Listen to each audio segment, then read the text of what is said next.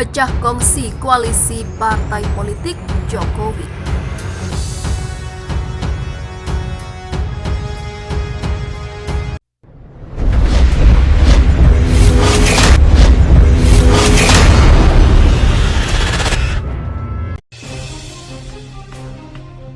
Pemerintah Jokowi Ma'ruf membuat sejumlah terobosan guna membantu masyarakat terdampak virus corona alias COVID-19.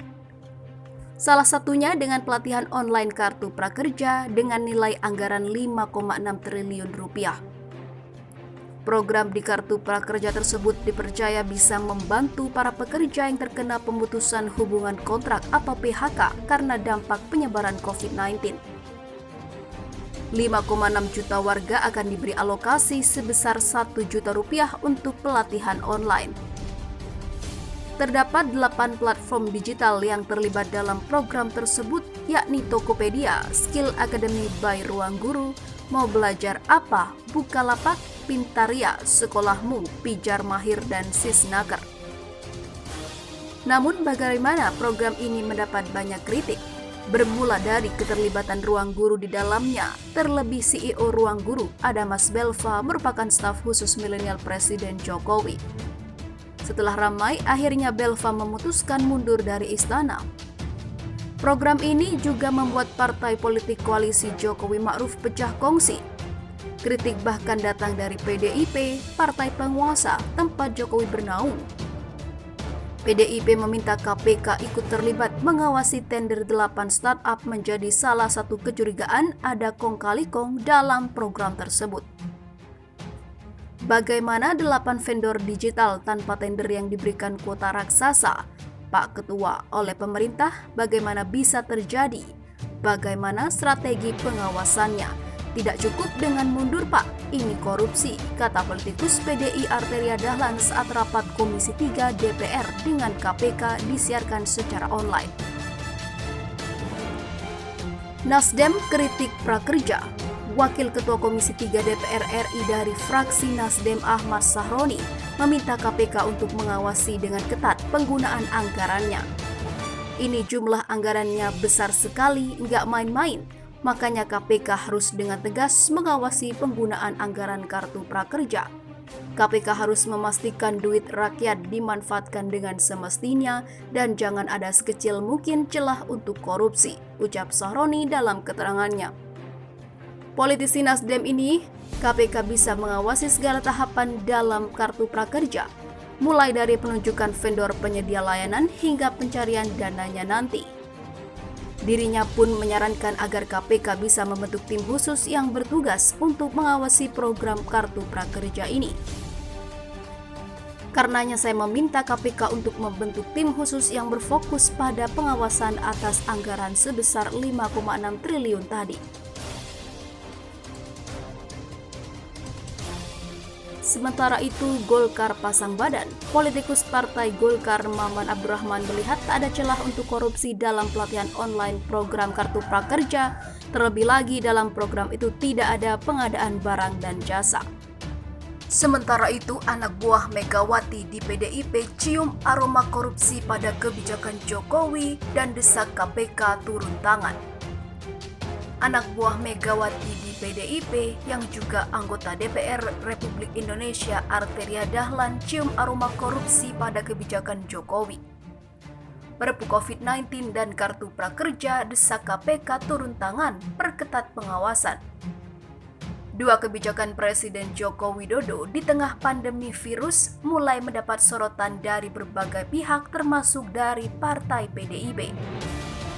Anak buah Megawati di PDIP, Arteria Dahlan yang lantang menyoroti kebijakan Presiden Jokowi. Tak tanggung-tanggung, Arteria Dahlan bahkan mencium aroma potensi korupsi pada dua kebijakan Presiden Jokowi, yakni Perpu nomor 1 tahun 2020 dan Kartu Prakerja. Itu sebabnya anggota Komisi 3 DPR RI dari fraksi PDIP itu mendesak KPK turun tangan perketat pengawasan terhadap dua kebijakan Jokowi tersebut.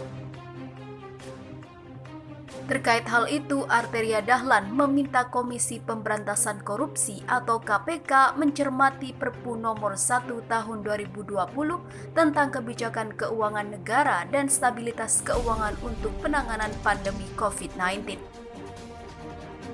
Hal tersebut disampaikan Arteria Dahlan dalam rapat dengar pendapat Komisi 3 dengan KPK secara virtual pada Rabu 29 April 2020.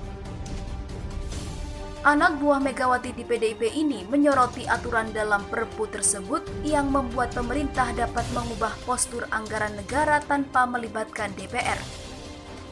DPR membuat undang-undang menetapkan APBN, Pak, jadi kewenangan kita juga harus dijaga, makanya tolong dikaji itu Perpu.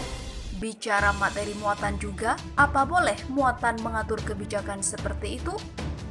Apa tak melampaui kewenangan undang-undang, menabrak fatsun konstitusi, menegasikan kekuasaan pemerintah Pak Jokowi, kata Arteria Dahlan. Selain itu, Arteria Dahlan mempertanyakan kegentingan yang membuat pemerintah mengeluarkan Perpu COVID-19. Padahal Presiden Jokowi memiliki menteri-menteri yang dapat membantu penanganan pandemi corona.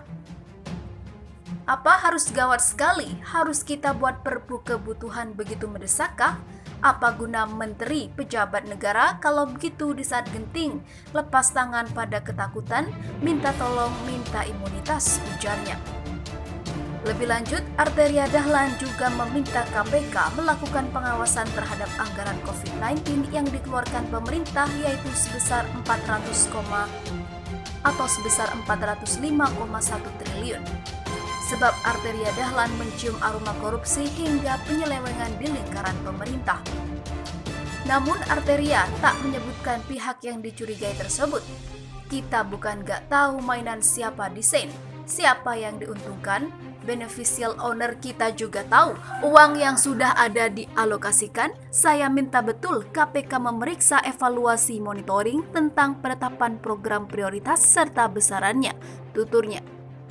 Adapun Perpu nomor 1 tahun 2020 tentang kebijakan keuangan negara dan stabilitas sistem keuangan untuk penanganan pandemi digugat ke Mahkamah Konstitusi. Perpu itu digugat oleh Masyarakat Anti Korupsi Indonesia atau MAKI. Setelah itu menyusul tokoh Muhammadiyah Sirajuddin Samsudin atau Din Samsudin, Guru Besar Ekonomi Universitas Indonesia sekaligus suami Mutia Hatta, Sri Edi Suwasono, dan politikus senior PAN Amin Rais. Minta KPK awasi kartu prakerja. Selain itu, Arteria Dahlan juga mencium aroma potensi korupsi terhadap kebijakan kartu prakerja Presiden Jokowi. Dalam rapat dengar pendapat bersama Komisi Pemberantasan Korupsi Rabu 29 April 2020, Arteria Dahlan khawatir terdapat penyelewengan dalam program pelatihan online dengan anggaran 20 triliun rupiah. Anak buah Megawati di PDB ini meminta KPK mengusut terpilihnya 8 platform digital tanpa tender dalam program kartu prakerja. Namun bagaimana 8 vendor digital tanpa tender yang diberikan kuota raksasa oleh pemerintah? Bagaimana bisa terjadi? Bagaimana strategi pengawasannya? Kata Arteria Dahlan melansir kompas.com. Lebih lanjut, Arteria Dahlan menyoroti keberadaan ruang guru dalam program kartu prakerja, sebab keberadaan platform digital itu masuk dalam program kartu prakerja. Di saat pemiliknya ada Mas Belfasyah Devara masih menjadi staf khusus Presiden. Ini tidak cukup dengan mundur, Pak. Ini korupsi. Salah satu vendor itu milik staf sus Presiden. Pemilik sahamnya ada di Singapura. Begini konyolnya kita, siapa yang terlibat diusut, lanjut dia. Disoroti fraksi lain. Anggota Komisi 3 dari fraksi Partai Gerindra, Habibur Rahman, meminta KPK untuk mengawasi lebih ketat program yang diinisiasi oleh pemerintah Presiden Joko Widodo tersebut. Kami ingin lebih detail soal kartu prakerja, tadi kurang detail. Sebenarnya ide Pak Jokowi sangat baik, tapi pelaksanaannya sangat mengkhawatirkan. Kartu prakerja sederhana, Pak, karena ada ruang gelap yang tidak bisa kita ketahui. Saya pernah telepon penanggung jawab di PMO, Project Management Office, tolong diaudit, Pak. Ini kata ruang gelap, kata Jujun. Di sisi lain, partai di luar pendukung pemerintah itu fraksi Partai Demokrat menyoroti anggaran yang besar dan potensi penyalahgunaan. Anggota Komisi 3 dari fraksi Partai Demokrat Hinca Panjaitan juga mempertanyakan tidak adanya proses vendor terhadap platform digital tersebut. Apalagi kemarin KSP mengumumkan 8 mitra kerja dalam program itu tidak pakai tender. Menurut kita potensi besar sekali untuk terjadi penyalahgunaan di situ, ujar Hinca. KPK janji dalami informasi kartu prakerja. Dalam rapat tersebut, Ketua Komisi Pemberantasan Korupsi Firly Bahuri mengatakan pihaknya akan mendalami informasi yang disampaikan sejumlah anggota Komisi 3 tersebut. Menurut Firly, KPK harus bertindak berdasarkan fakta, bukti, dan keterangan. Apakah betul ada suatu peristiwa? Kalau betul ada suatu peristiwa, kita akan telaah apakah ini peristiwa pidana. Kalau iya, dapat ditemukan bukti permulaan cukup sehingga membuat terang pidana dan kita temukan tersangkanya.